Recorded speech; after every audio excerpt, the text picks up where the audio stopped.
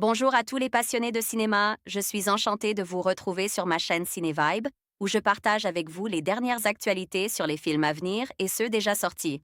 Pensez à vous abonner pour ne rien manquer des nombreux contenus captivants à venir. C'est Bonjour parti! à tous, et bienvenue dans cette nouvelle vidéo. Aujourd'hui, je vais vous parler d'un sujet qui me tient particulièrement à cœur, notre Père à tous. Dans cette vidéo, nous allons explorer la signification profonde de cette prière universelle, son histoire et son impact sur différentes cultures à travers le monde. Je partagerai également quelques réflexions personnelles sur la manière dont cette prière peut nous rassembler, peu importe nos croyances. Restez avec moi pour découvrir ensemble la richesse de ce message spirituel. Notre Père à tous. Netflix France titre original, Our Father genre, documentaire date de sortie, 11 mai 2022 cinéma, VOD durée, 1h37 à partir de 16 ans site officiel synopsis du film dans l'Indiana, Jacoba, fille unique née d'un don de sperme, tente de trouver un demi-frère ou une demi-sœur biologique grâce à un site de test ADN. Elle reçoit un résultat inattendu, cette personnes sont reliées à elle. Elle enquête et découvre les sordides agissements de Don Klein, un docteur spécialiste de la fertilité. Netflix France critique du film Notre Père à tous sorti le 11 mai 2022 sur Netflix. Voilà un documentaire qui n'a, à première vue, rien de transcendant sur la forme, c'est majoritairement une alternance entre témoignages face caméra et scènes reconstituées, lesquelles versent un peu trop dans un excès de pathos et de clichés cinématographiques, ralenti, lent mouvement de caméra, faible profondeur de champ. Mais il faut bien avouer que le sujet, essayant, nous saisit immédiatement. Si les ficelles de mise en scène sont plutôt ordinaires, le film se montre efficace dans sa capacité à nous faire ressentir l'abjection.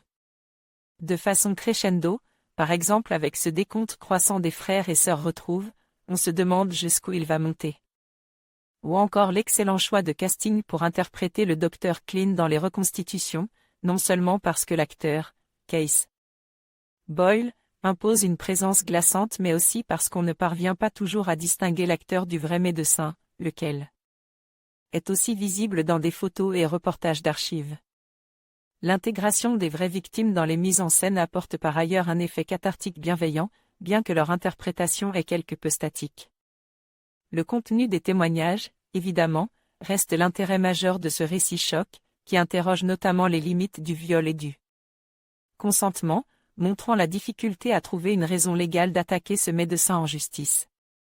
S'ajoutent à cela des thématiques comme les soupçons de radicalisation religieuse et de suprémacisme blanc, la manipulation et l'intimidation. Que peut engendrer une posture à la fois patriarcale et perverse, l'importance des médias pour faire pression sur la justice, ou encore la complexité des sentiments des victimes, entre colère et dépression, entre crise d'identité et développement de liens forts.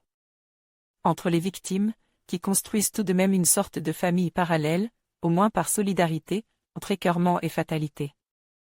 Certaines victimes parviennent même, malgré la gravité de leur vécu, à se focaliser sur une part de positivité, comme lorsque Jacoba Ballard explique que « ça a fait comprendre force » et « ça, raison de vivre », ou quand une mère admet que, nonobstant le traumatisme et la nausée, elle a eu 2 filles, merveilleuses, grâce à ce médecin et que, on ne peut pas être en colère quand on a ce qu'on a toujours rêve d'avoir.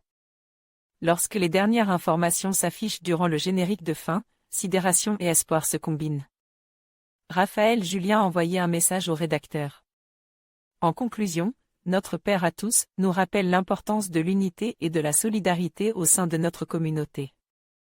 Ce texte, riche en enseignements, nous invite à transcender nos différences et à nous rassembler autour de valeurs communes.